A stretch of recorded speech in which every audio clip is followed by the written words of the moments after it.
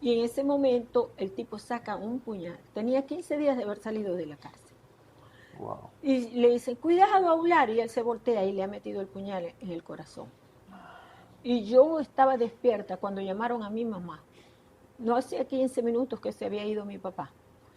Y le dijeron, no se preocupe señora, pero su esposo lo acaban de matar.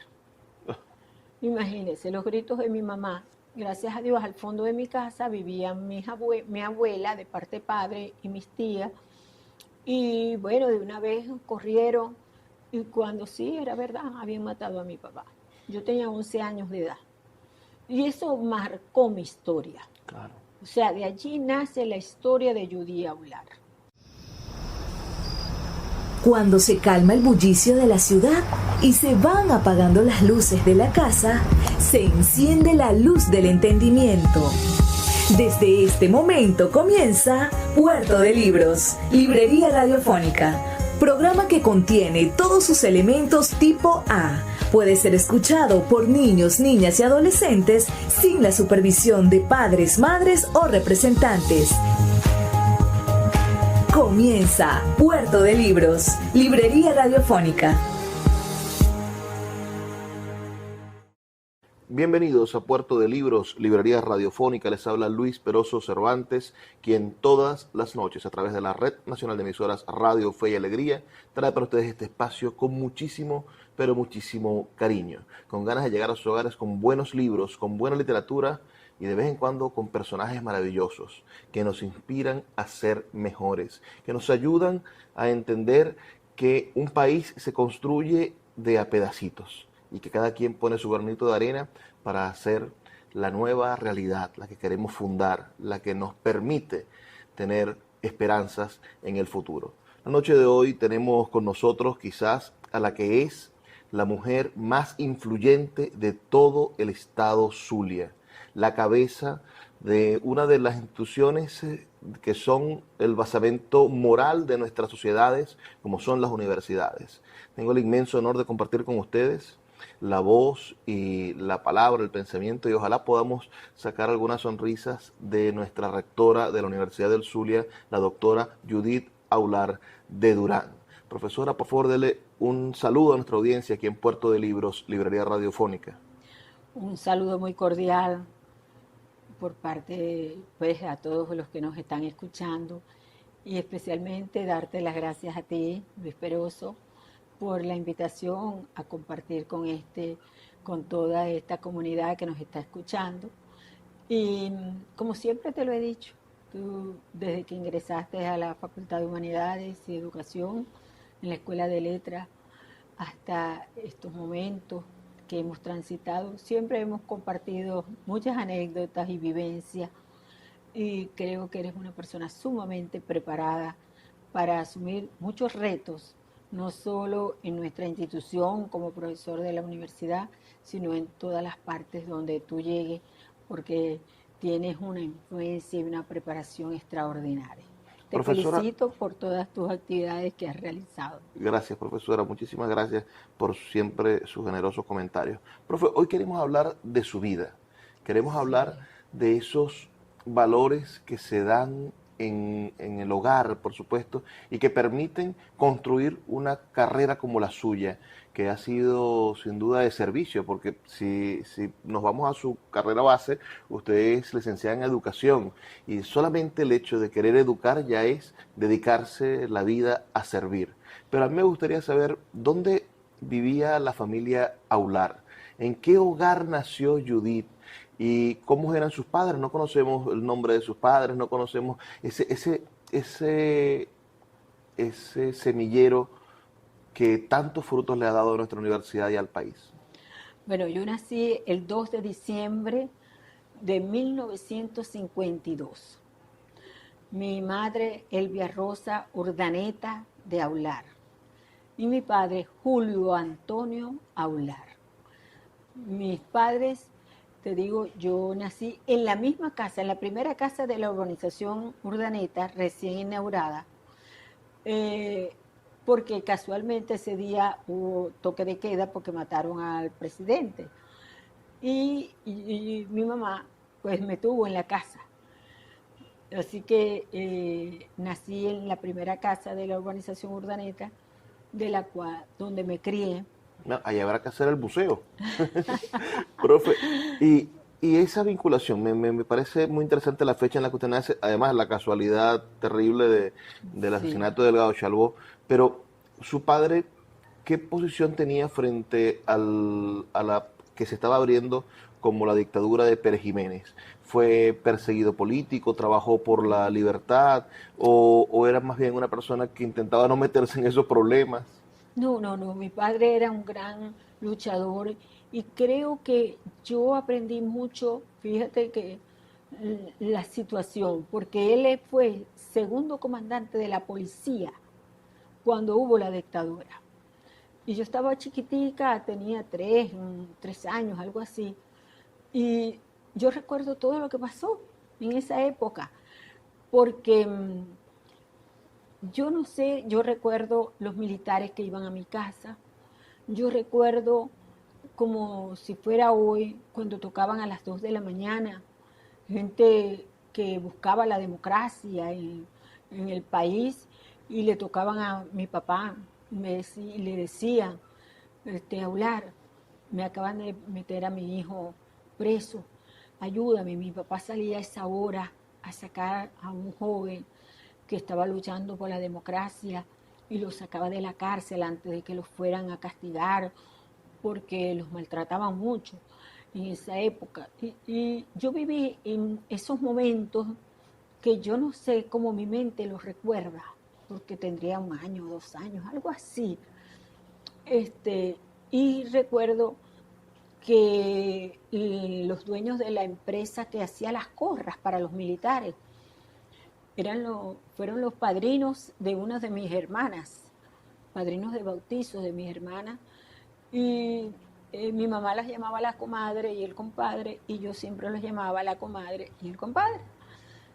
Como nosotros somos 5 hembras y un varón, Vaya. el mayor Julio Ramón, él es ingeniero petrolero, después sigo yo, luego viene otra hermana que es egresada en contaduría, luego viene otra hermana que es licenciada en educación biología, con doctorado en biología, luego viene otra hermana que es graduada en Caracas, en un tecnológico, summa cum laude, y la menor que es licenciada en geografía en la O sea, Universidad todos de Sur. profesionales de la Todos, cuna de la familia Ular y de su padre que todos. fue policía.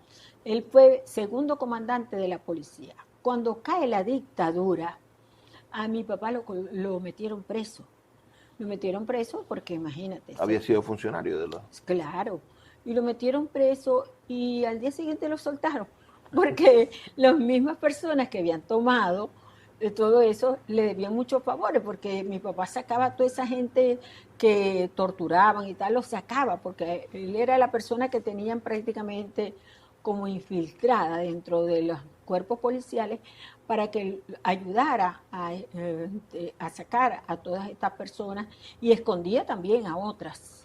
O sea, su juventud, pongamos, ya cuando cae la dictadura, usted es una niña, pero su juventud está en la naciente democracia. Cuando usted tiene 11, 12 años, que Sí. ya es una jovencita que empieza esa sonrisa a cautivar a todos los chicos de la urbanización Urdaneta, ya es un país diferente. Es un país Totalmente. diferente al de la infancia. No es un país de persecución política, sino de No. crecimiento petrolero. Es un país de creación de liceos. Es un país... ¿Qué recuerda usted de esa Venezuela de los Toda. años 60? Todo, yo recuerdo todo. Yo no sé por qué, mira, desde niña, cuando estaba tenía 5 años, yo tenía en uno de los cuartos unas sillitas y un pizarrón, porque a mis hermanos ya yo sabía leer, escribir, sumar, restar, multiplicar, todo eso, porque mi mamá nos tenía en una escuelita. Antes de entrar a un colegio de primaria, siempre nos colocaba en una escuelita que quedaba al lado y ya yo sabía todo eso. Entonces yo practicaba con los hermanos, los tenía en una sillita y yo era la maestra. Yo jugaba a la maestra con mis hermanos y los enseñaba todo eso. Siempre era la jefa, pero yo tengo un hermano mayor. Después, cuando yo cumplí 11 años de edad, Mi mamá tenía 42 años de edad y estaba embarazada de la última de mis hermanas. El 2 de octubre de ese año, mi papá, cuando sale de la policía y todo eso, él compró un bar que él lo administraba, era el dueño, en las playitas. Pero tenía un administrador. Él lo que hacía que era en la mañana, llenaba los vacíos, que si el hielo, la cerveza, esto y lo otro, y lo llamaban a las 3 de la mañana para el cierre, el administrador, y revisaba la caja, sacaba el dinero y se iba otra vez a la casa. Entonces, ese día mi mamá, que estaba embarazada de la última de mis hermanas, recuerdo que andaba con un vestido morado lila, bellísimo, de embarazo, y la llaman, y yo estoy despierta a esa hora, y la llaman por teléfono porque mi papá lo llaman por teléfono diciéndole que había un hombre que se estaba metiendo con una de las mesoneras. Y hablar, vente para acá. Entonces mi papá sale, fue a ver, y cuando llega, que es un tipo que se estaba metiendo con una mujer, le hace señal al administrador que no le venda más licor. Y en ese momento el tipo saca un puñal. Tenía 15 días de haber salido de la cárcel. Wow. Y le dice, cuidado, Aular, y él se voltea y le ha metido el puñal en el corazón. Y yo estaba despierta cuando llamaron a mi mamá. No hacía 15 minutos que se había ido mi papá. Y le dijeron, no se preocupe, señora, pero su esposo lo acaban de matar. Imagínense, los gritos de mi mamá. Gracias a Dios, al fondo de mi casa vivían mi abuela de parte padre y mis tías. Y bueno, de una vez corrieron. Y cuando sí, era verdad, habían matado a mi papá. Yo tenía 11 años de edad. Y eso marcó mi historia. Claro. O sea, de allí nace la historia de Judy Aular. Primero, porque ver a mi mamá con 7 meses de embarazo de la hija menor. Primero yo no sabía cómo nacían los niños, no tenía información. Y ver a mi mamá, pues, en esa tristeza, vestida de negro, embarazada, llorando todo el tiempo. Nace mi hermana Julia Aular, y ella nace el 3 de febrero. Entonces, ella no tenía ánimo ni con qué atenderla, ni nada. Ella estaba cansada, no quería. Bueno, y yo un día me le senté en la cama, ella acostada llorando. Le dije, mira, ¿sabes cómo es la cosa?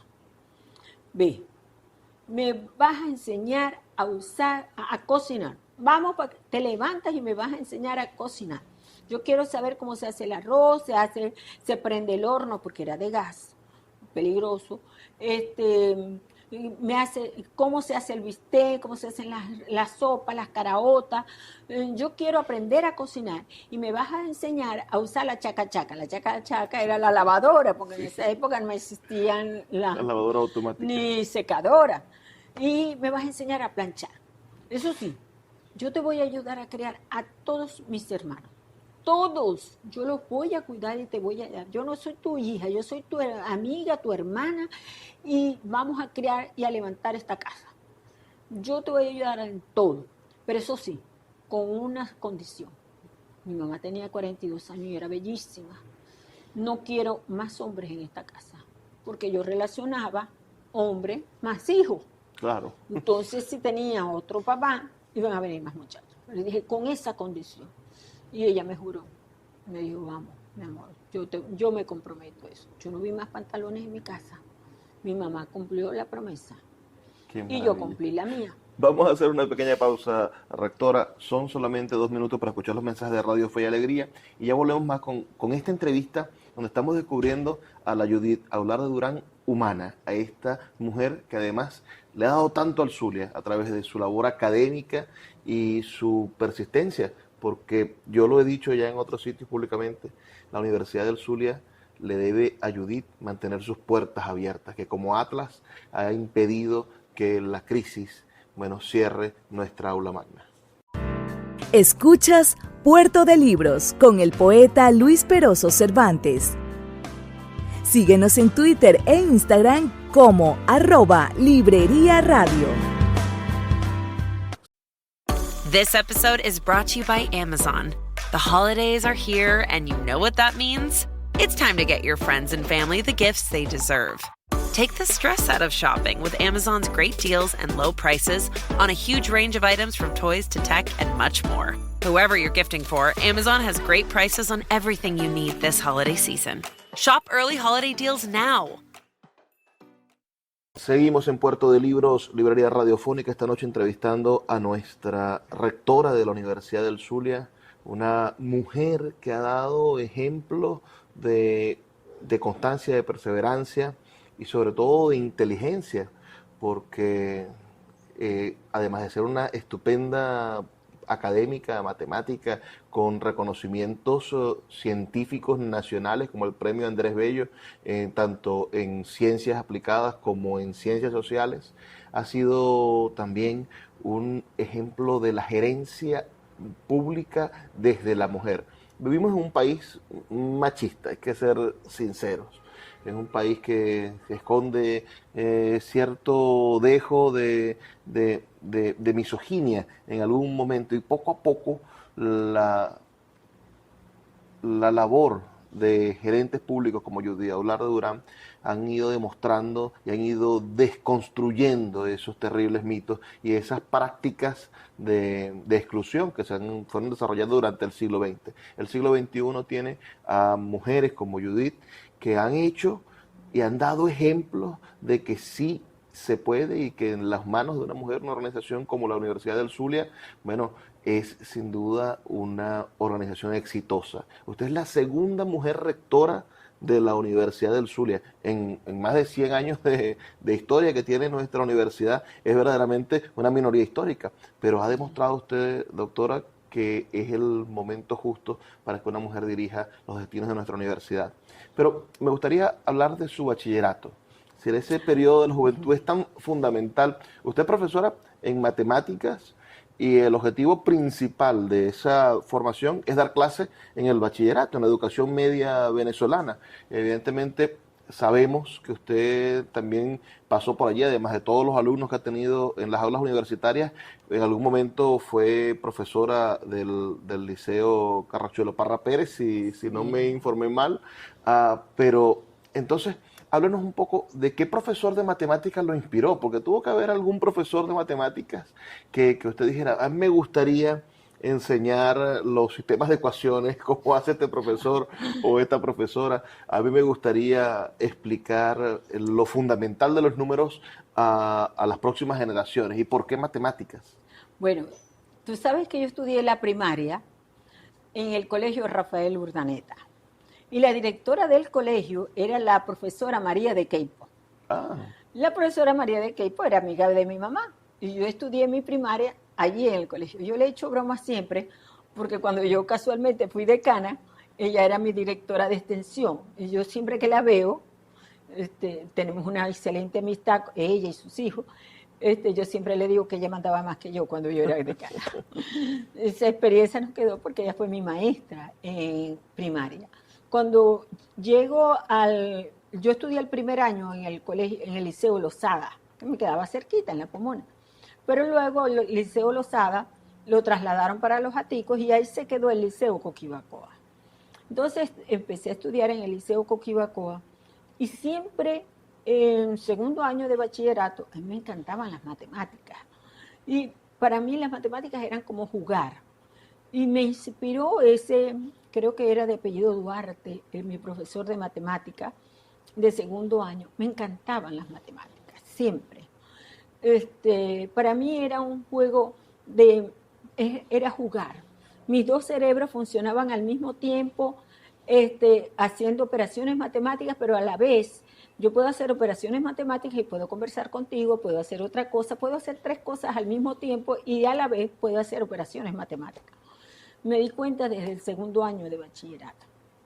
A partir de ese momento, yo recuerdo que ya finalizando el segundo año de bachillerato me conocí un muchacho y fue mi primer noviecito de bachillerato. Estábamos,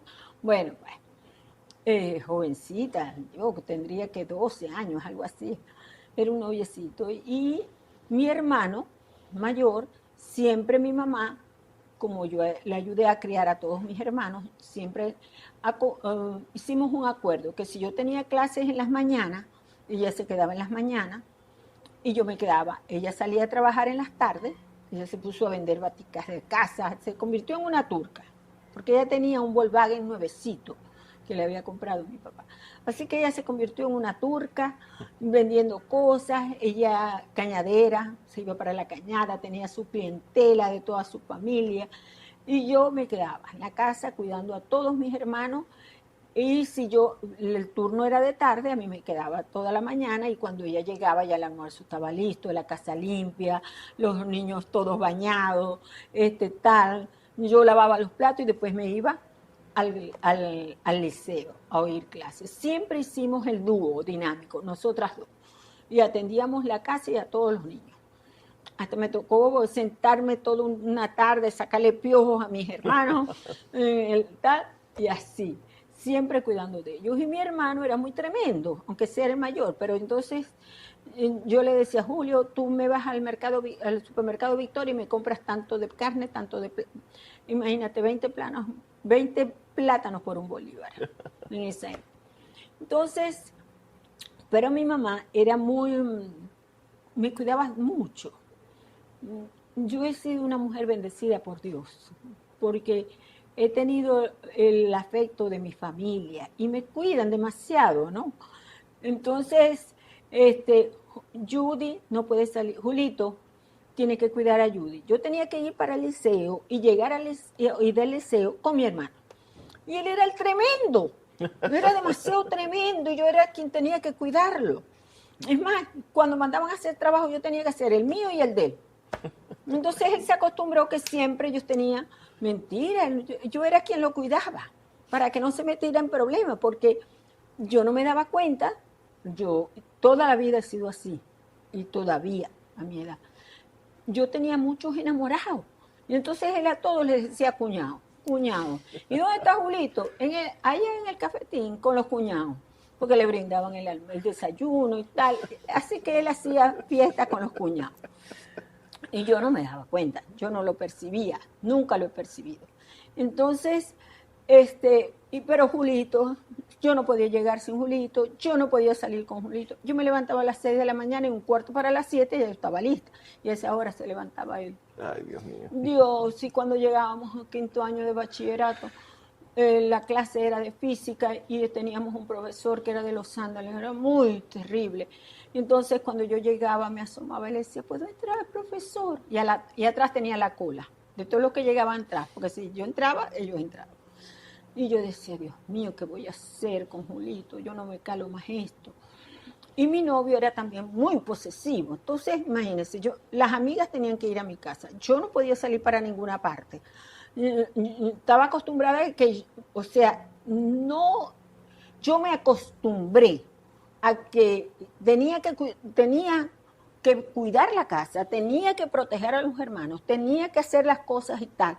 Entonces yo no tenía tiempo ni para ir al cine, ni para hacer cosas fuera de la casa de lo normal, porque tenía que hacer tareas, tenía las obligaciones de la casa, y esas imposiciones me las puse yo desde niña.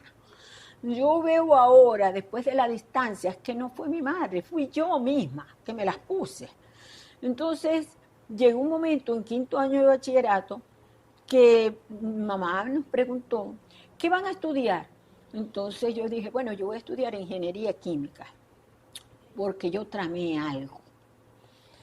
Y yo quiero estudiar ingeniería química, y de pronto dice mi hermano, yo también voy a estudiar ingeniería química, y mi noviecito ingeniería química, los enamorados ingeniería química, todo el mundo ingeniería química, y yo le decía, yo voy a tener estos bacalaos también en la universidad, no puede ser.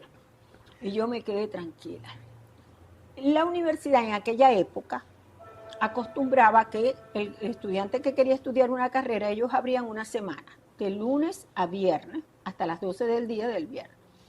Y el que quería estudiar economía iba para economía, el que quería estudiar educación iba para educación, el que estudiaba ingeniería iba para... Se inscribía, llevaba su título de bachiller y ya está, lo inscribían directamente. Entonces, el primer día todos se inscribieron en ingeniería química. ¿Y Judy dónde está? ¿Ya se inscribió Judy? No, tengo gripe, me dice la enferma. Y no pude ir. Y el martes, ya Judy se inscribió, todos inscritos y yo. El viernes en la mañana, cogí y no le dije a nadie. Me fui para la Facultad de Humanidades y Educación y me inscribí en la carrera de Educación Matemática. La carrera de licenciada en Educación, mención Matemáticas en esa época. Sin duda, eso le cambiará la vida, porque allí va a conocer al amor de su vida, al doctor Darío Durán. Allí va usted a... Hay una anécdota muy bonita que usted ha contado por allí, y es que por poco se cambia de facultad a siendo profesora y iba a perder la oportunidad de haber sido hasta rectora, ¿no? La universidad hubiese tenido otra historia. Pero sí, me gustaría hablar de ese año 1970, cuando usted comienza a estudiar en la Universidad del Zulia. ¿Cómo era esa Universidad del Zulia? ¿Qué estaba pasando en la ciudad que la universidad era protagonista? Mira, cuando yo estaba en 5º año de bachillerato, yo tenía 15 años, y el gerente de fin de siglo de las playitas, él sabía que yo manejaba muchos números, y era cuñado del noviecito que yo tenía, y le dijo para que trabajáramos en el mes de diciembre, en fin de siglo, de cajera, con una prima, mi prima que vivía al fondo, mucho mayor que yo, y entonces de cajera, porque antes no existían las computadoras, sino que 55,90, y te daban un billete de 100 y tú tenías que mentalmente sacar la cuenta y tal. Entonces me hicieron la prueba y quedé con las pruebas. Entonces, de 3 a 9 de la noche, viernes, sábado y los días domingos, de 9 a 3 de la tarde, yo trabajaba en fin de siglo. De 15 años, y él me colocó de 18 años. Me inscribió hasta en el Seguro Social y todo, y creían que tenía 18 años. Y eso fue a los 15 años. Ya yo trabajaba en fin de siglo las playitas. Cuando llego a la universidad, que me inscribo, ese año, en el 1970, nacieron los estudios generales por primera vez en la Facultad de Humanidades, en el bloque E, donde está el Caracol. En el primer piso, allí abrieron varios salones donde nacieron los estudios generales. Y en ese curso estábamos estudiantes de letras, estaba el profesor Ángel Madrid, estaban profesores de biología que iban para química, otros iban para educación física, y estábamos 3 muchachas que íbamos a estudiar matemática. Todos los demás iban para las otras carreras, pero estábamos todos unidos.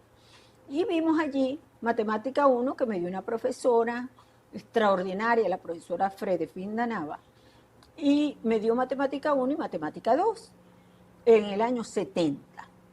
Bueno, luego pasamos nosotros, cada quien entonces se va para su carrera. Mis amigos se van para biología, otros se van para química, otros para letras, otros para tal, y las 3 muchachas nos vamos a inscribir en matemática. Entonces, el día que me inscribo en matemática, cogí y voy al bloque B. En un salón estaban inscribiendo en matemáticas.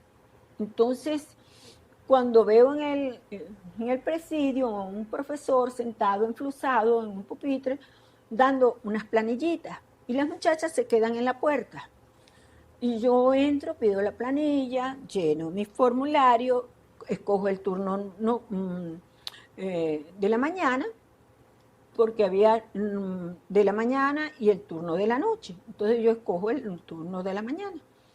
Y entrego, tenía 17 años en esa época, tal, mi horario, esto, y salgo. Cuando yo salgo, yo veo que el profesor llama a una de las muchachas que sí le había dado Matemática 1, y entra. Y el profesor, bueno, yo salgo, yo lo veo conversando y le pregunta a ella, a Elsa Silva de Negrón, le pregunta, ¿quién es esa muchacha?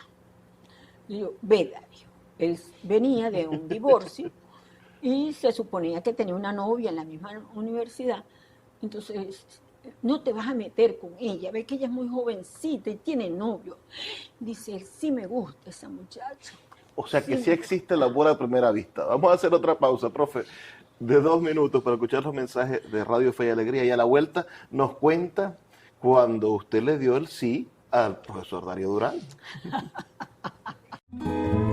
El poeta Luis Peroso Cervantes le acompaña en Puerto de Libros, Librería Radiofónica, por Radio Fe y Alegría, con todas las voces. Seguimos en Puerto de Libros, Librería Radiofónica. Se pone la parte más emocionante del programa. Vamos a hablar de la historia de amor. Una historia de amor de más de 40 años. Una historia de amor con 3 bellas hijas que se ven en esta fotografía, los que ven el video, pero con nietos.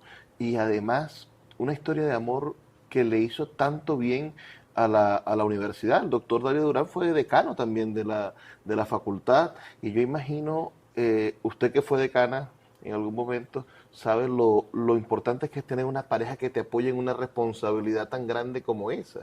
Entonces, nos contaba usted en el segmento anterior, que teniendo usted 17 años, el profesor dijo, a mí sí me gusta esa muchacha. Sí. Y yo tenía novio. Y entonces pasamos el tercer semestre, jamás me dirigió la palabra. Yo iba a clase, me encantaban las clases, yo estudiaba, sacaba buenas notas. Mis compañeros de clase decían, ¿tú cómo que le gusta a ese profesor? Pero es que ni siquiera me habla. Yo tengo novio. Mi novio, porque todos los que se inscribieron en ingeniería química perdieron el semestre.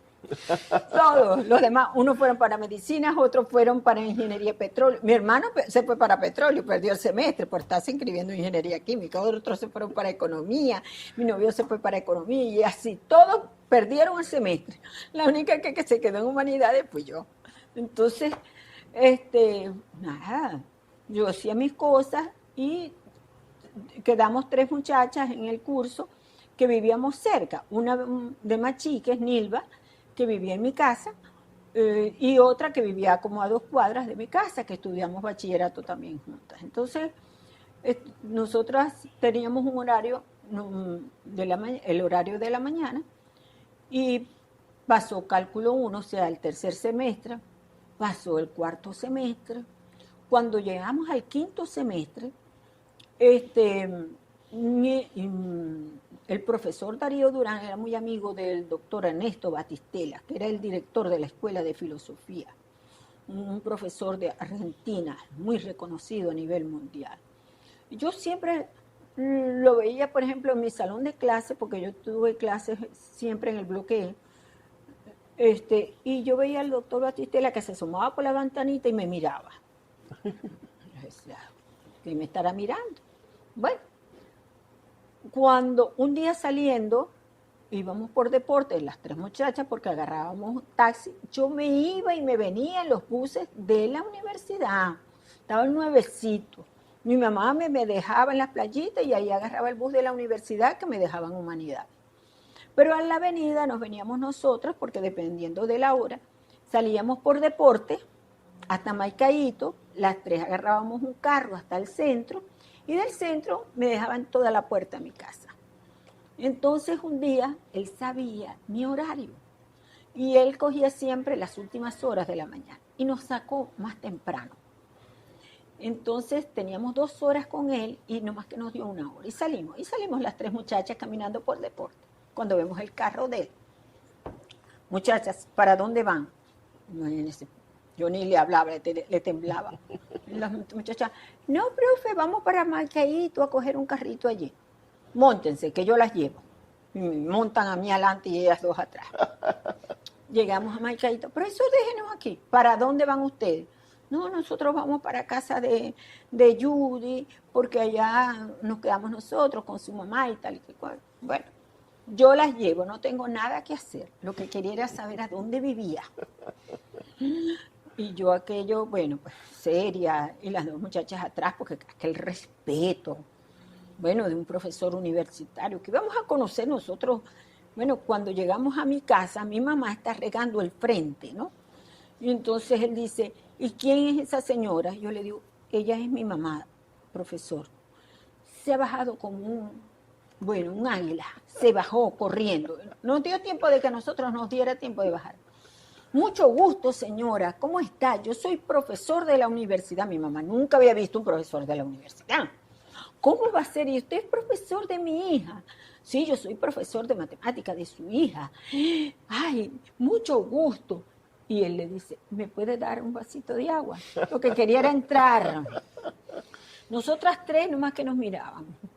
Y lo vemos que él entra con mi mamá.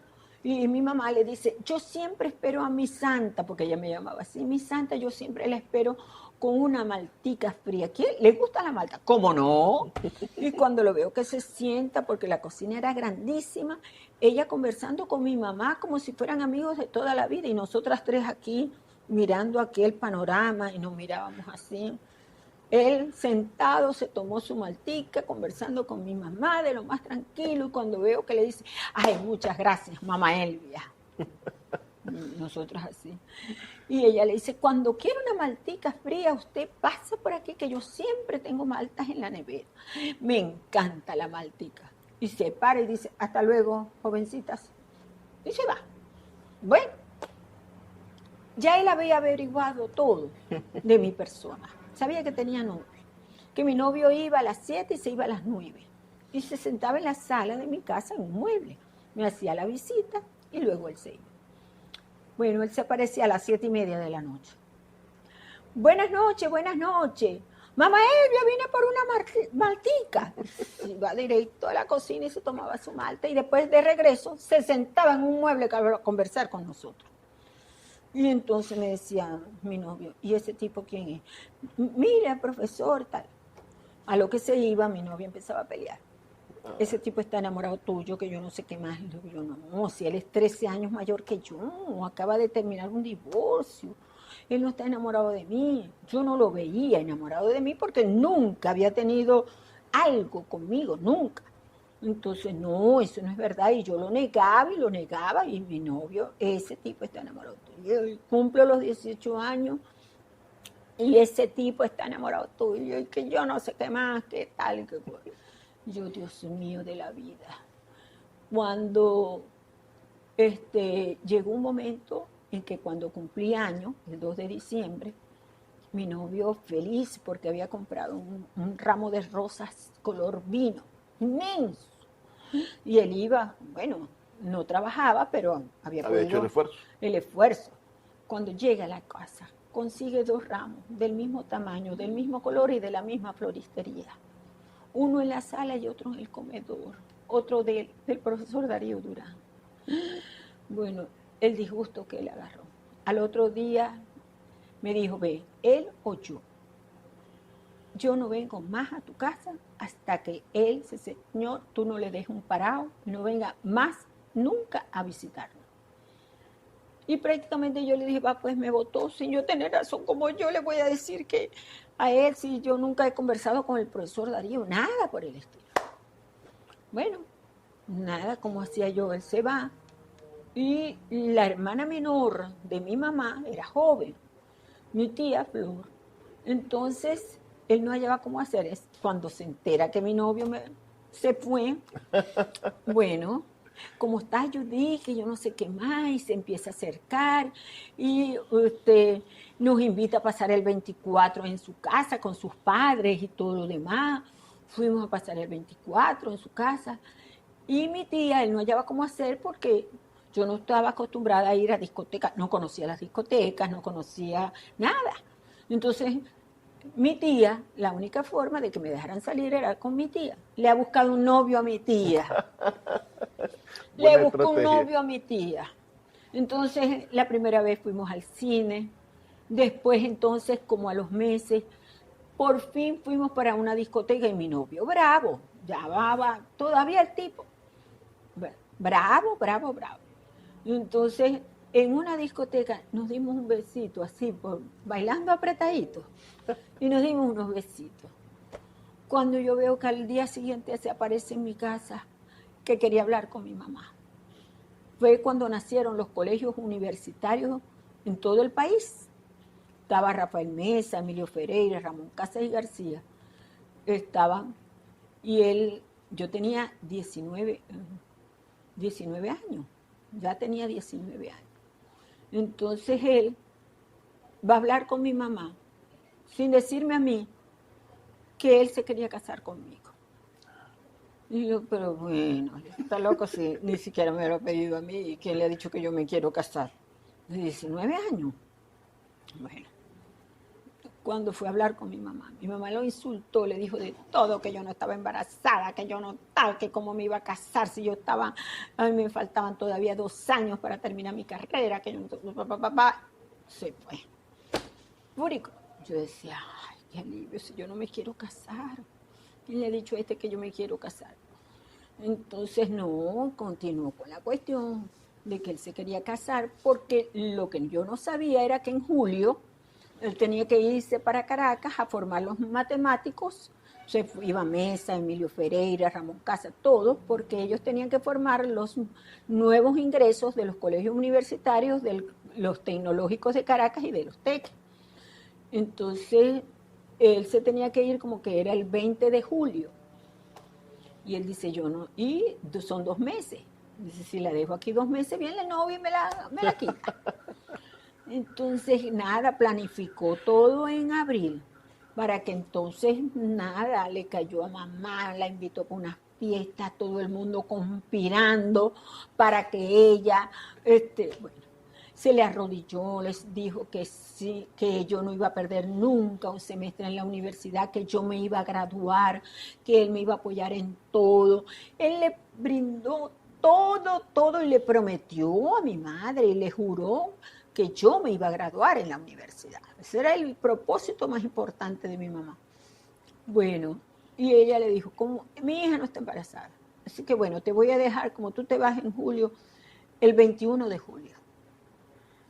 Mira, se acordó una boda el 21 de julio. Vaya. Y cuando yo me estaba poniendo el traje de novia, yo miraba por la ventana y decía, y yo me voy a casar. ¿Por qué? Si yo todavía esto no lo he pensado. Y ese día me llamó en la mañana mi noviecito, ¿cómo es eso que tú te vas a casar? Y digo yo, sí, me voy a casar hoy a las 7 de la noche y tal. Bueno, a mi boda se apareció Emilio Ferreira, Ramón Casa, toda esa gente se apareció a mi casa, porque yo me casé en mi casa. Y bueno, todavía tenemos las fotos del matrimonio y pasamos la noche en el Hotel Christoph y al otro día salíamos en carro para Caracas. Pasamos la luna de miel en la colonia Tovar. Entonces, eso fue una historia, pero así, corriendo, cayendo. Pero tal para cual. Usted, una mujer de armas tomar, y Darío también, un hombre con una decisión y una... Yo no sé, siempre yo decía, pero ¿qué vio en mí? Un hombre tan codiciado por las mujeres, un hombre que hablaba perfectamente varios idiomas, hasta el latín, tan preparado, que ha viajado por el mundo, ha representado en las Naciones Unidas, en tantas partes del mundo, a Venezuela, que es profesor de los programas en posgrado de la Central, de todas las universidades, que fue profesor del Liceo Barán a través de un concurso desde los 19 años, un hombre tan reconocido.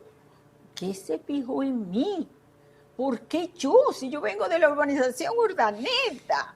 Vamos a hacer una pequeña pausa, profesora, pero yo estoy seguro de que él, además de ser un estupendo matemático, tenía ese don de la clarividencia y podía ver el verdadero valor y la manera en que usted ha hecho del Zulia un mejor lugar gracias a su labor hoy como rectora, pero toda su labor de más de 50 años en la universidad desde que entró a estudiar en los años 70. Vamos a hacer una pequeña pausa y ya volvemos con el último segmento de este programa.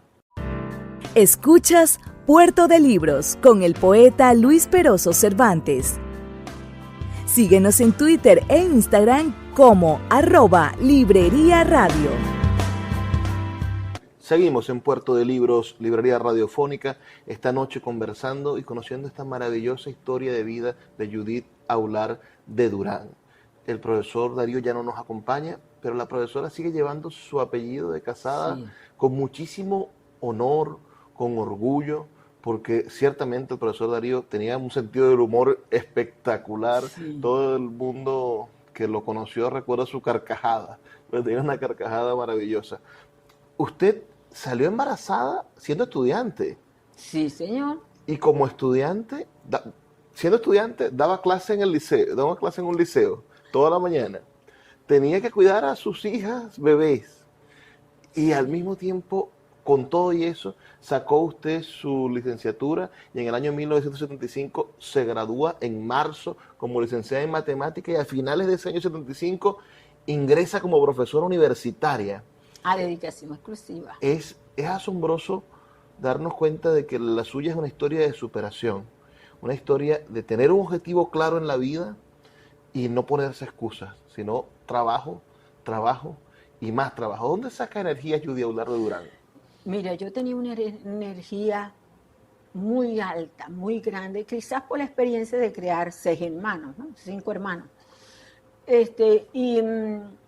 Yo recuerdo que yo me caso en el año 72, el 21 de julio del año 72, y doy a luz en abril del año 73.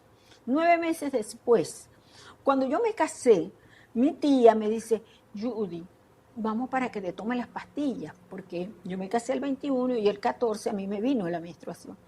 Y yo le dije, no, cuando venga de la luna de miel me empiezo a tomar las pastillas, porque yo había oído que las pastillas caían mal y todo eso.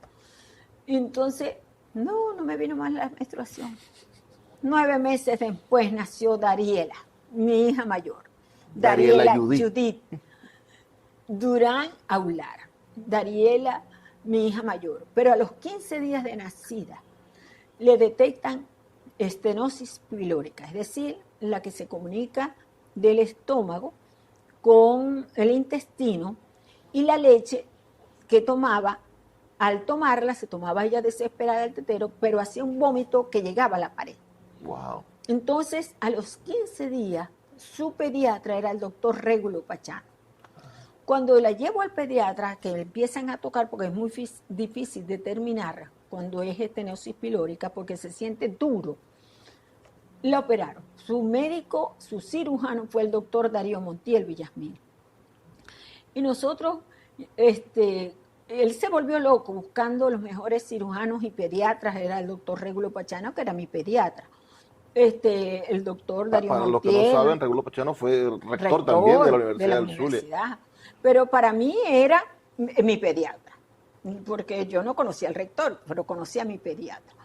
Y conocí al Darío Montiel Villasmil, a Parodi, a Vilche, todos estos médicos, Jesús Finón, todos cirujanos, que Darío se volvió loco buscando a sus mejores amigos para operarla, y yo estuve con ella, con mi niña, y la ayudé a recuperar. Ya yo tenía conocimientos de cómo crear un bebé, todo eso, y bueno, crié a mi hija. Cuando ya ella tenía 2 años, dije, vamos a buscar el segundo, para ver si viene un varón. Y yo la primera la di en el Hospital Coromoto con el doctor Arrieta. Yo no sentí dolor porque me pusieron una sedación. Y yo decía, yo quiero saber lo que es parir. Y me fui a ver en la Damper con el doctor Jiménez Mayor. O sea, que no me pusieron nada para el dolor porque yo quería parir.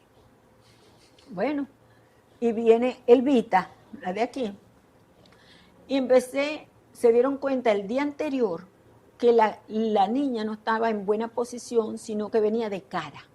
Así que el día anterior el doctor hizo algo, me puso de cabeza abajo en una camilla amarrada, me cambió la cara de la niña y me acostaron a dormir para ver si al otro día, haciendo una radiografía, ya ella estaba acomodada, y me pusieron entonces un suero para parir.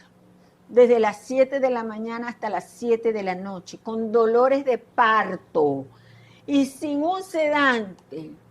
Y después una hemorragia inmensa. Y parí con dolor. Yo dije, Dios mío, qué sufrimiento. A los 20 días de haber nacido Elvita, que dimos a luz en la Damper Nueva, en esa época, nacieron 3 niños más. Y el quirófano estaba infectado. Y todas fuimos a dar a los 20 días a la Santa Margarita. Los otros 3 niños murieron. La única que se salvó, tuve 20 días metida en un cuartico que era 3x4, con ella en una incubadora, llena, ella amarrada con sueros y aparatos y tal, y la inyectaban. Le pusieron como 80 penicilinas y ella aguantó todas las penicilinas. Y yo dormía y vivía allí. Mi esposo se asomaba en la puerta y me daba, porque yo no dejaba entrar a nadie, una bolsita con la ropa limpia y se llevaba las bolsitas con ropa sucia. Porque cuando llegaba una enfermera yo le decía, me voy a bañar. Me bañaba ahí en el cuartico y salía. Y pasaba las 24 horas del día con aquella fuerza y energía que tenía para cuidar a mi hija. Mi hija salió de ahí sanita, gracias a Dios. El doctor Pachano iba todos los días, estaba pendiente, me llamaba por teléfono. Y imagínense el trauma de un parto de 12 horas, más tantos días metida en una clínica, y a los 2 meses estoy embarazada de la tercera, de Daniela. Lloré, yo decía, no puede ser, y con todos los cuidados del mundo salí embarazada. Y Dios me la mandó a ella, a Daniela.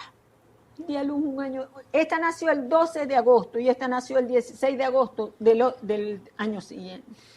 Mientras tenía una bebé de un año que quería a su mamá, que ella quería a su mamá, yo tenía una recién nacida en una cunita al lado. Entonces yo le pedí a mi esposo que me apoyara mucho con ella, pero ella quería a su mamá, ella no quería a su papá, ella quería a su mamá. Y entonces la chiquita, que ella se daba el tetero y ella estaba tranquila, ella no daba guerra para nada. Pero la del medio quería a su mami, porque ya entendía, tenía un añito y ella quería a su mamá. Entonces mi esposo le dedicó más tiempo a ella, mientras que yo atendía a la otra, porque había que bañarla, darle los teteritos, todo eso. Entonces fue muy fuerte, porque a los 73 años tuve a Dariela. A los 23. El año 73, sí, tenía a Dariela. Después al 25 tuve a Elvita y el año 76, a los 75, en el año 75 tuve a Elvita. Tenía usted 23 en el 75, después nació en el 52. Y a ella la tuve en el año 76. Entonces yo me dediqué en cuerpo y alma, me gradué en el año 75. El año que ella tuve que operarla, ese semestre, en ese semestre que yo estaba en clase, aprobé una materia, otra fue diferida, otra me la aplazaron y otra la aprobé con 10. Entonces, mi esposo le decía a mis compañeros de estudios que fueran a la casa. Mire, él se asomaba al salón y decía, ustedes no se han graduado, vayan a estudiar en la casa. Por lo menos yo me sentaba a ver qué era lo que estudiaba para yo poder porque yo tenía que atender a la niña, ¿no? Y así sucesivamente. Cuando fui a dar a luz a Elvita, que estuve 20 días hospitalizada, también pasó lo mismo. Entonces tuve esos percances porque estudiaba en la universidad, creo que estaba en estado de Elvita en el 75 cuando me gradué en la universidad. Y te voy a decir una anécdota que me pasó como estudiante de la universidad. No te voy a decir la persona, pero eso me pasó a mí en la universidad. Yo nunca se lo he contado a nadie. Cuando yo me fui a graduar, la promoción de nosotros era muy pequeña, porque los profesores de matemáticas se fueron todos para los colegios universitarios.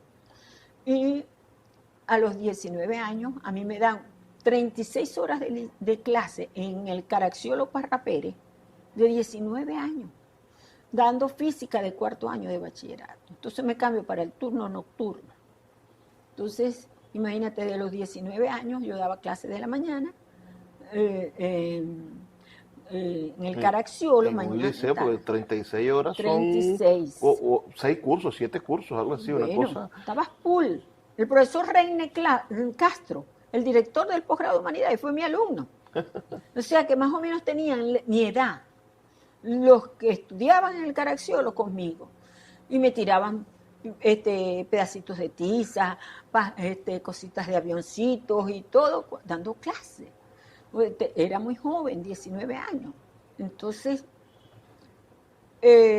cuando comencé a dar clases en el Caracciolo, yo me pasaba que el turno nocturno, yo me iba de ahí para la universidad a oír clases. Cuando me fui a graduar, nosotros éramos 5 de la promoción. O sea, se unió la no mañana con la de la noche y solamente llegamos al final 5 estudiantes. Porque teníamos un currículo universitario, esa experiencia me quedó a mí, me selló. Teníamos un currículo universitario donde el posgrado lo teníamos en el pregrado. Entonces teníamos materias como topología, ecuaciones integrales, teoría de la medida, que son materias de posgrado, de matemática pura, no son del pregrado, y la teníamos nosotros en pregrado. Y esos son de posgrado. Por eso fue que yo me empeñé en que se hiciera un modelo curricular acorde para esa época, porque esas son materias de posgrado y es de matemática pura, y yo las vi en pregrado. Y cuando yo, como tuve que diferir una materia y me aplazaron otra, no iba pareja con mis compañeros de estudio. Entonces la práctica profesional la vi con una materia. Y esa materia y la práctica profesional terminamos todo. Y terminé la materia y todo lo demás. Y sale la lista, ¿cómo se llama? El acta para colocar mi nota de esa materia para hacerme mi expediente. Nosotros nos graduábamos el 28 de febrero. Y en ese momento entró una profesora contratada al departamento de pedagogía, que fue la profesora que me dio clase y yo aprobé mi materia. La jefe del departamento en ese momento era una persona de mucho prestigio en el país. Hay colegios hasta que llevan su nombre y todo. Y yo le decía que por favor que pasara la planilla de la secretaría docente, que estaban por sellar mi expediente, porque todos nos íbamos a graduar el 28. Y ella me decía que no podía pasar la nota, que no la podía. La jefe del departamento le dijo que no la pasara. Y la amenazó, le dijo, si tú la pasas, no sales en el concurso de oposición. Te aplazo. La amenazó. Y yo decía, yo mandé al profesor Tito Chávez, en ese entonces le digo, Tito, averigua con la profesora, ¿por qué no me pasa esto? La nota, que llene la planilla, lo que faltaba era llenar la planilla.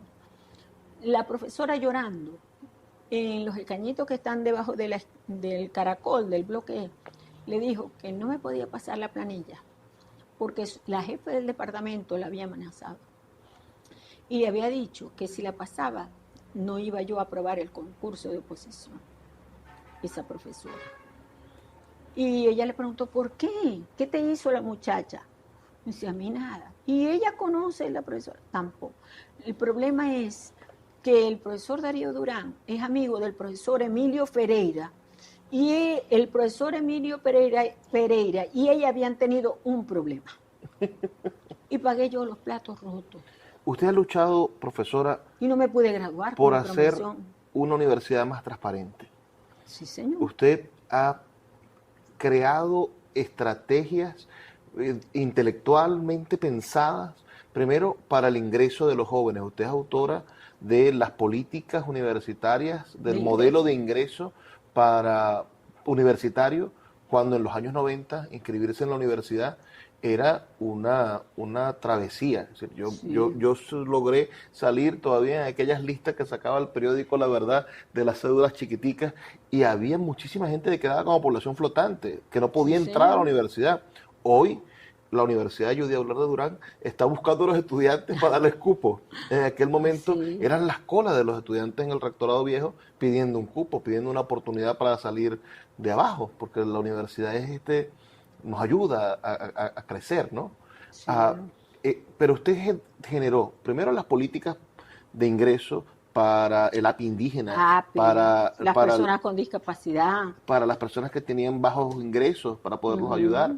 Pero también diseñó usted, profesora, y eso quiero reconocérselo, la manera en la cual usted automatizó los procesos de inscripción en la Universidad del Zulia, para evitar precisamente que no fuese la venta de cupos, que no fuese una secretaria o un secretario docente, un jefe de departamento el que decidiera, sino que hubiese un sistema transparente, medible, y si alguien quería poner una piedra, se diera cuenta, porque este es el que está trancando el sistema, para que fuese público y denunciable.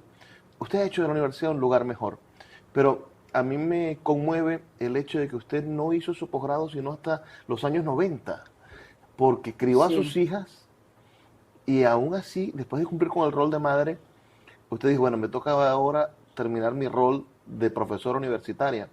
Y terminó una vez que sus hijas ya estaban grandes, o eran ya adolescentes, que usted ya había hecho todo el trabajo de dedicarle a la familia, usted terminó su trabajo de ascenso como titular, terminó su posgrado, se dedicó al mundo de la investigación. Sí.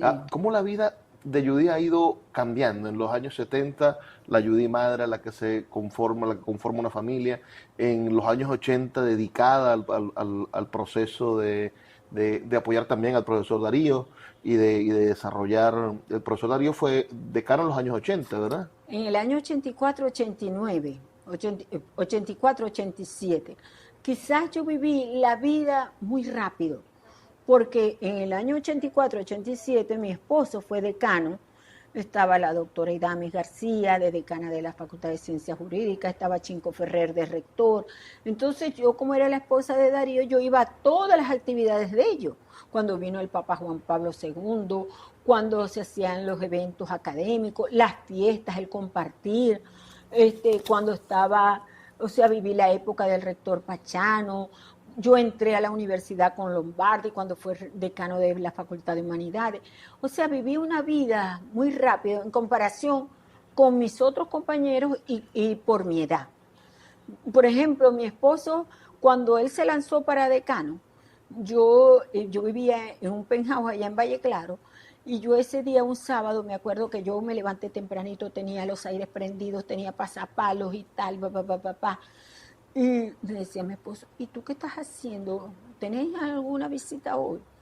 No, mija. A las 10 de la mañana tocaron la puerta 3 profesores.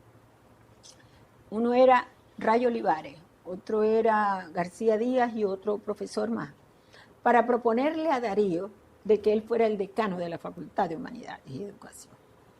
Y que después se turnaran para que el sector de ellos, de Acción Democrática, fuera para el segundo periodo. O sea, que él fuera el decano y el sector de ellos fuera director de la Escuela de Educación. Y yo le dije a Darío, él, imagínate, estaba asombrado de ver aquello, porque eso era una plancha ganadora 100%.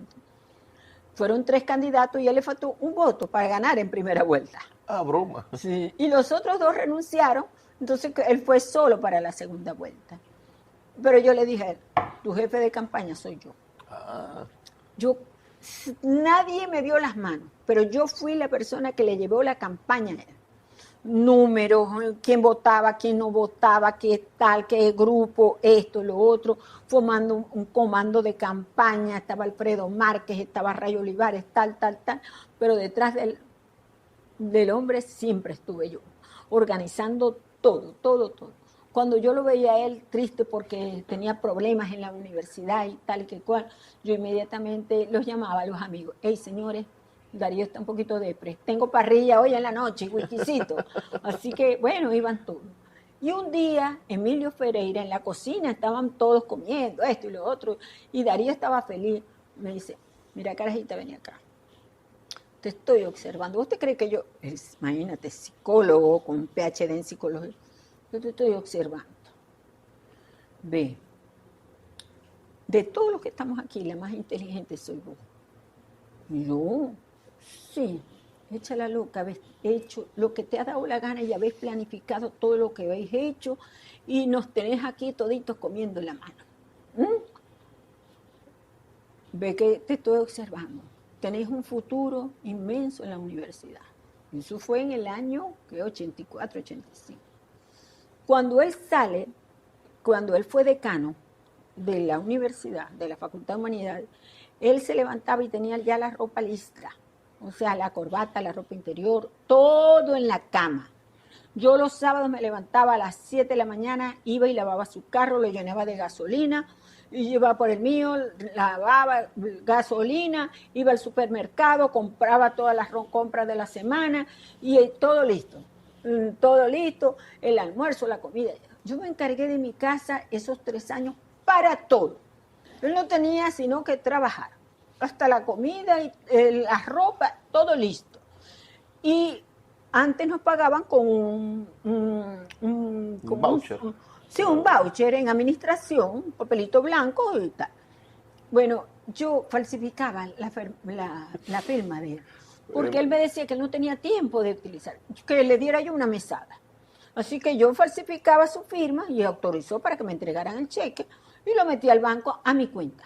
Entonces yo de ahí pagaba la luz, el teléfono, el colegio de las niñas, todo, hacía las compras, todos los gastos, todo era. Y nosotros teníamos una libreta para los ahorros.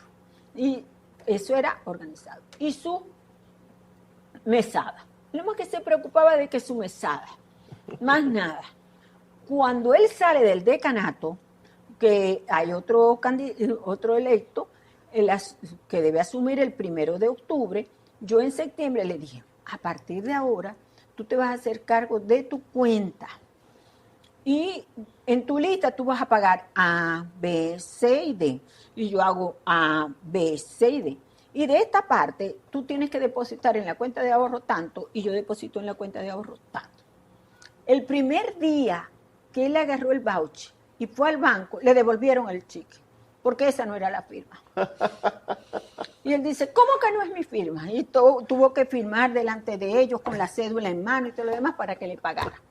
Porque estaban acostumbrados a mi firma. Y como yo lo depositaba, y yo era una mujer muy ahorrativa, no era una mujer que gastaba en lujos ni nada, sino yo tenía que pagar, por ejemplo, los colegios privados de mis hijas, uno tenía que pagar julio, agosto, la inscripción, septiembre, todo eso. Y guardar un poquito para las vacaciones, todo eso organizado. Es más, yo salía y él decía, ay Dios, mi carro ya pagaba los seguros de los carros, compraba carros. Yo llegaba a la casa, Tomás, te vendí el carro. ¿Qué? ¿Me vendiste el carro? No más, aquí tenés el carro nuevo. Entonces, él se quedaba así, o sea, se acostumbró a que yo tomara las decisiones.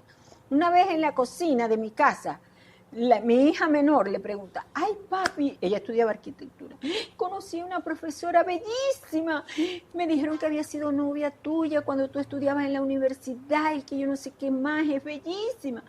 Papi, ¿tú por qué te casaste con mami? Me dice, porque tu madre me engañó.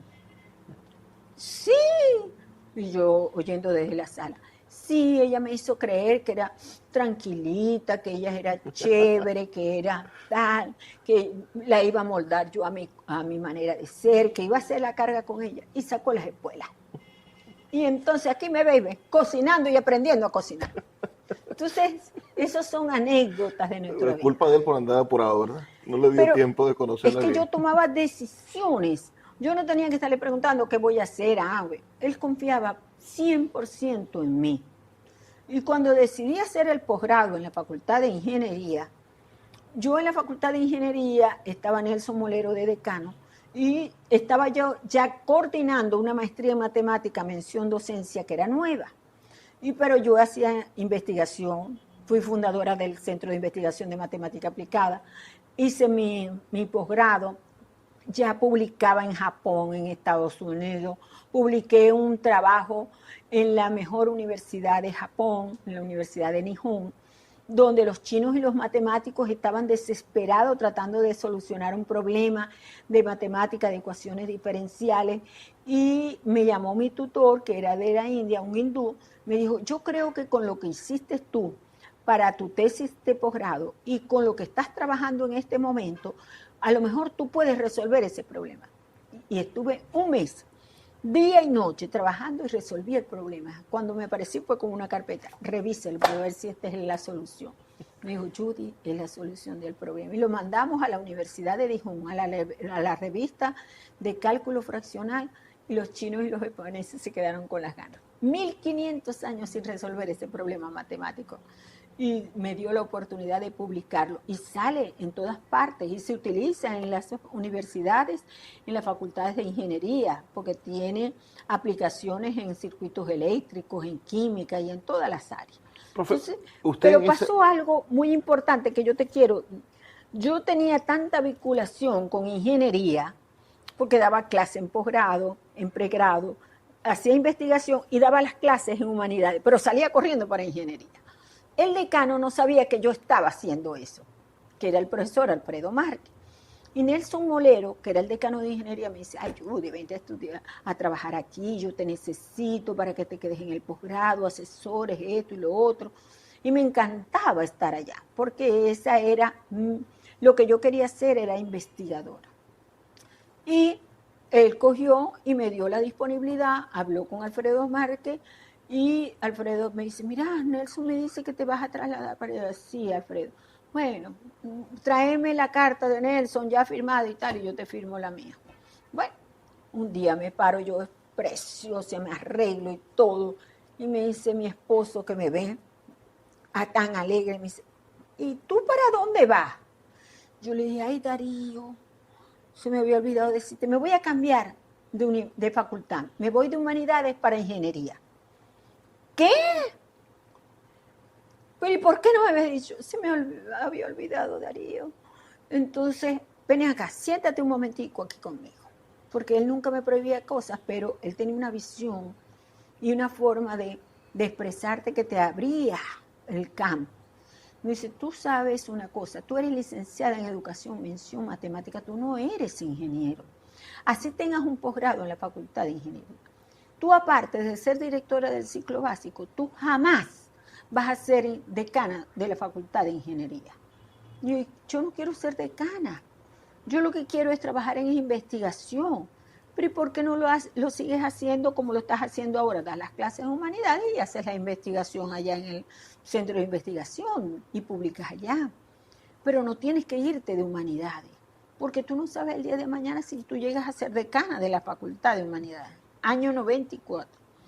Yo me dije, bueno, lo voy a pensar. Cuando llegué a la puerta del decanato de la Facultad de Humanidades, yo rompí la carta. Y continué en el año 94, trabajando en los dos lados. Y en el año 96, con 3 candidatos, gané en primera vuelta el decanato de la Facultad de Humanidades y Educación. Para que tú veas las vueltas que da el mundo. Usted no, en el 94 no tenía ninguna aspiración de ser decana. No, en lo absoluto. Yo era representante de los profesores en el Consejo Universitario, pero estaba dedicada a la investigación. Ya publicaba con el profesor Ciancala, me publicaron un artículo en la Universidad de Alberta, en el Departamento de Estadística, con otro hindú. Con él publiqué un trabajo en la mejor universidad, en la mejor revista de matemática en Estados Unidos. El japonés vino a Venezuela a conocerme. Publicamos los 2 otros artículos, esos 15 días. O sea, mi fortaleza era solucionar problemas que no estaban resueltos en el área de la matemática. Y de eso estaba mi cerebro organizado. Cuando yo entré a letras, lo primero que hice fue subir los 2 pisos de la escalera de caracol para ir a la biblioteca y conseguirme con que la única facultad en toda la universidad que tenía su catálogo digitalizado y con una computadora y un servidor era la Facultad de Humanidades. Y alguien me dijo, este catálogo digitalizado lo consiguió Judith Aular cuando fue decana en los años 90. Todavía 15 años después se está utilizando el mismo sistema. Sí. Usted ha sido una modernizadora de la universidad, una mujer de vanguardia tecnológica. Fue la primera facultad que tuvo internet. Fue la primera. Pero estamos hablando de internet de 1996, cuando apenas estaban saliendo los Windows 95, donde casi nadie tenía internet en su casa. Y usted le puso internet a la Facultad de Humanidades y colocó a las Humanidades como la vanguardia universitaria. Hizo otra cosa que quiero reconocerle, profe, y mucha gente no entiende la importancia. El último edificio que se ha construido en esta universidad lo empezó a construir usted como directora de posgrado. Sí. El edificio más moderno que tiene la universidad hoy es el edificio del posgrado, que fue resultado de su trabajo como decana y de su trabajo como directora de posgrado después. Profesora, le ha dedicado los últimos 30 años de su vida a la universidad. 49 años. Pero como gerente universitaria, desde que fue decana hasta el día de hoy que es rectora. ¿Cómo es la universidad del futuro que sueña Judith Aular de Durán?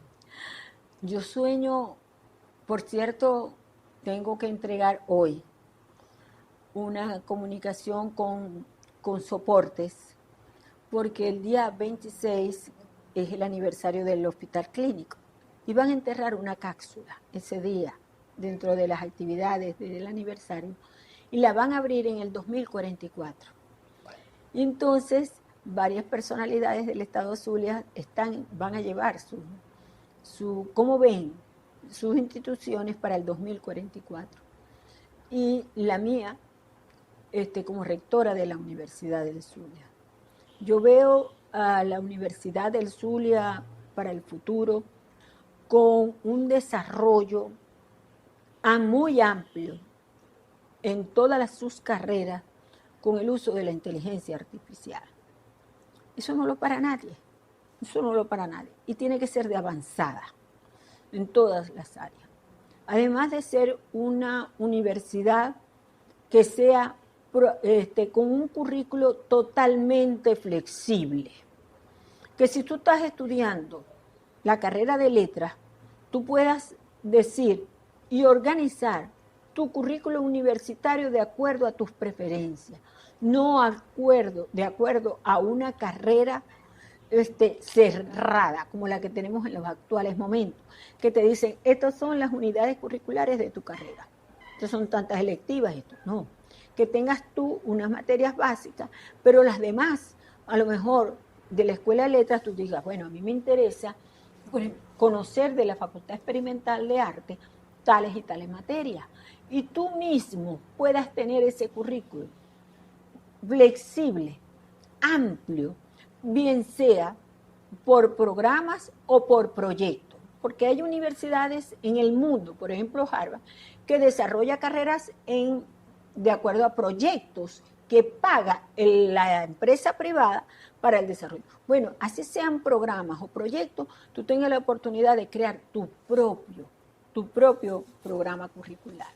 Eso garantiza que el estudiante, si elige sus materias, saque 20 en todas, o salga bien en todas, porque lo desea, no se lo está imponiendo. Desarrolle su competencia, claro. O sea, su fortaleza. Yo veo la universidad del futuro como una universidad que tenga aliados internacionales y además que tenga programas de posgrado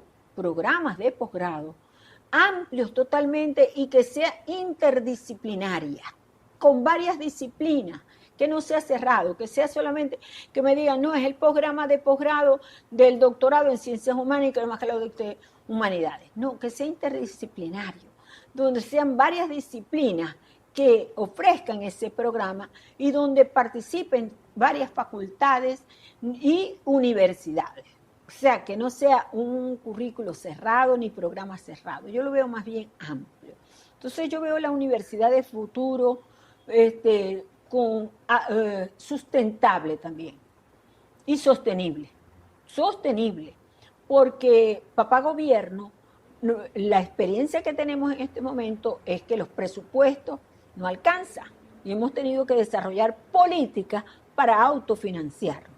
Que ya eso sea una política general en ese entonces donde los problemas del país sean resueltos por las universidades y que esos recursos financieros sean para el mantenimiento y el disfrute de la infraestructura, el disfrute del laboratorio, el disfrute de lo que son los procesos de una universidad en el año 2044. Yo tengo ese deseo, que en estos momentos, como no tenemos presupuesto, estamos desarrollando políticas de convenios interinstitucionales con empresas públicas, privadas, tecnológicos. Estamos en ese proceso. Ya para el 2044 eso debe ser una política totalmente consolidada y que el gobierno no sea el único papá gobierno, sino que la universidad tenga proyectos sostenibles en el tiempo y que ellos mismos se mantengan y produzcan a la universidad, produzcan recursos financieros. Además que tengamos una empresa rental, que esa empresa rental, que en estos momentos subyacen a través del Parque Ana María Campos, sea una empresa rental que le dé oportunidad y que en estos momentos no lo está haciendo. No hay una empresa rental que le ofrezca recursos a la universidad. Que tengamos que los estudiantes tengan mayores oportunidades, tengan rutas estudiantiles, que tengan mayor formas de actividades, de mejorar los servicios estudiantiles. Que no tengamos un comedor que apenas trabaja 4 días, no, que tengamos distintas formas, tanto comedores no solo públicos, sino también que sean privados, porque en la universidad autónoma, las universidades públicas, poner un restaurante privado, eso es una situación del otro mundo, ¿no? Que la universidad ofrezca los dos servicios, aquellos que tengan la oportunidad de ser exonerados, pero los que puedan pagar su comida y su almuerzo, bueno, también lo puede hacer.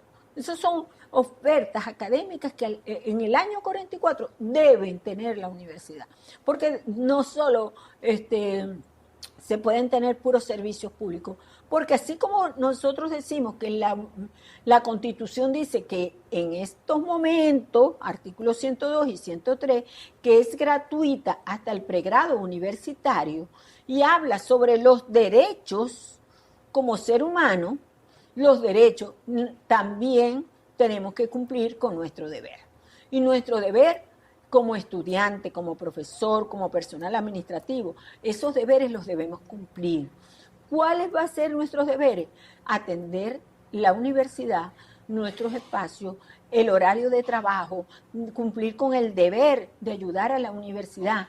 Porque no puede ser que un estudiante dice, no, porque yo soy estudiante, yo estudio en la universidad. Sí, la universidad tiene que ofrecerte una educación de calidad, pero tú tienes el deber de ayudar a la universidad para que tenga proyectos exitosos, que trabaje, ¿verdad? Y que se cuide a la universidad, que no tengamos los espacios llenos de papel ni sucio. Tú tienes el deber de cuidar nuestros espacios, tienes el deber de contribuir para que se mantenga abierto una dependencia que es de suma importancia a la universidad.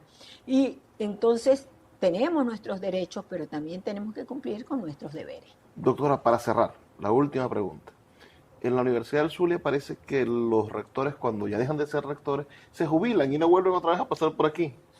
Pero conociéndola a usted, su ritmo vital y su compromiso con la universidad, yo creo que va a ser algo así como cuando dejó de ser decana. De una vez se puso a trabajar sin importar que fuese una dependencia que dependiera de un decano, usted se puso a trabajar por el posgrado. Sí. ¿Será que vamos a tener, cuando a usted le corresponda allá en elecciones en algún momento, tendremos a Judy encargada de Fundaluz, tendremos a Judy encargada de alguna dependencia, haciendo gerencia universitaria? Sí.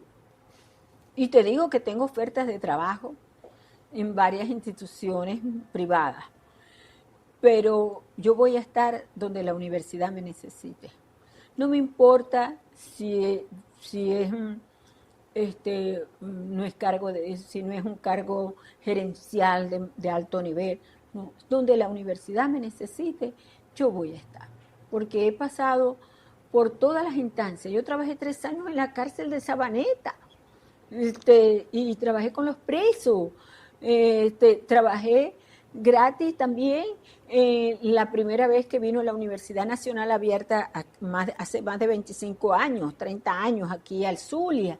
También colaboraba con ellos, colaboró con los bomberos, trabajo con los cuerpos de seguridad del Estado y así sucesivamente. O sea, que yo por los momentos, si tenemos elecciones, y que yo le pido a Dios todos los días que tengamos elecciones pronto, porque necesitamos la renovación de nuevas autoridades, porque yo creo en eso. Eso refresca la vida universitaria, la democracia y la universidad van de la mano. Van de la mano. Yo creo en eso, en una universidad plural, autónoma, democrática, de participación. Creo que la universidad tiene que actualizarse en todas las áreas, de tanto las autoridades, los decanos, los directores, tiene que actualizarse, mejorar cada uno. Yo creo en eso. No importa, donde a mí me necesiten, ahí voy a estar. La primera mujer gobernadora fue profesora de esta universidad. Podríamos tener una segunda gobernadora. Si supieras que nunca me ha gustado trabajar La política partidista. No, nunca. Nunca he trabajado en la política fuera de la universidad. Yo trabajo en la política universitaria. La conozco muy bien. Que es con la totalmente. P mayúscula. Con la P mayúscula. Pero nunca en los partidos políticos.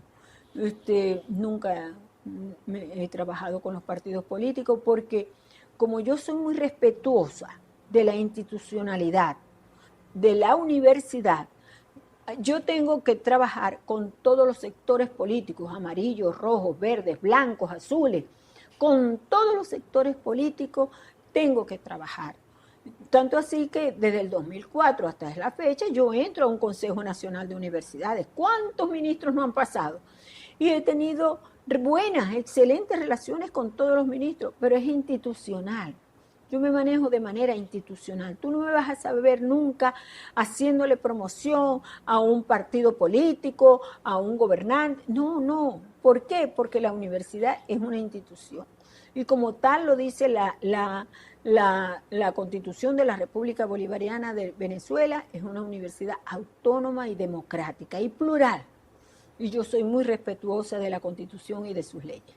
Muchísimas gracias, profesora, por esta oportunidad, por compartirnos estos momentos tan especiales de su vida y, por supuesto, por abrirle esta ventanita a quienes nos escuchan para conocer esa historia suya que es de motivación. Porque si hay hoy una estudiante que está embarazada y que ve que no va a terminar su carrera, bueno, no se rinda, continúe trabajando. Si ves que, bueno, pasa una tragedia familiar, pierdes algún familiar, te suceden cosas, o si te aplazan una materia, la rectora de la universidad nos contó que le aplazaron una materia y que pasó otra con 10, no importa, no te dejes vencer por esas circunstancias, porque lo importante es que tu motivación se mantenga, porque puedes llegar a ser hasta rector de la universidad. Si bueno, mi esposo, el profesor Darío Durán Cepeda, él murió, él se le detectó cáncer de la próstata en el 2013. Y murió en diciembre, el 11 de diciembre del 2016. Y te puedo decir que jamás lo dejé solo. Estuve con él todo. Y cada vez que lo hospitalizaban, había que hospitalizarlo, yo dormía con él. En la mañana salía un ratico, dejaba a una persona, una hermana, pero que a él no le gustaba que se quedara. ¿Ya era usted vicerrectora? Yo era vicerrectora en ese entonces. Sus hijos vinieron un mes antes de morir, y él era, a él no le gustaba que nadie lo cambiara, que nadie le... No. Yo todavía uso en el diario, mi lacto fue una computadora que yo le compré a él en agosto del 2016, porque yo sabía que iba a estar hospitalizado y que tuviera una computadora nueva. Todavía yo uso esa computadora, esa lacto. Y él fue una persona, 45 años de casado tuvimos, entonces como 13 años mayor que yo, casi 14, entonces él fue un padre prácticamente para mí, con quien viví 45 años de vida, donde tuvimos buenas, malas, regulares, como yo le digo a mis hijas, yo soy tu mamá en las buenas, en las malas y en las regulares, y tengo una confianza estrecha con mis hijas, con mis nietos que me adoran y con mis hermanos. Yo creo que hay una bendición de Dios de por medio, porque he sido amada por mi familia, por mis hijas, por mis amigos y por mi esposo. Y por sus estudiantes y quienes hoy le agradecemos todo lo que ha hecho. Gracias, profesora. Gracias. Y a todos los que nos escucharon, gracias por compartir con nosotros. Estamos aquí de lunes a viernes, de 9 a 10 de la noche en la mayoría de las emisoras, pero siempre en la Red Nacional de Emisoras Radio Fe y Alegría. Por favor, sean felices, lean poesía.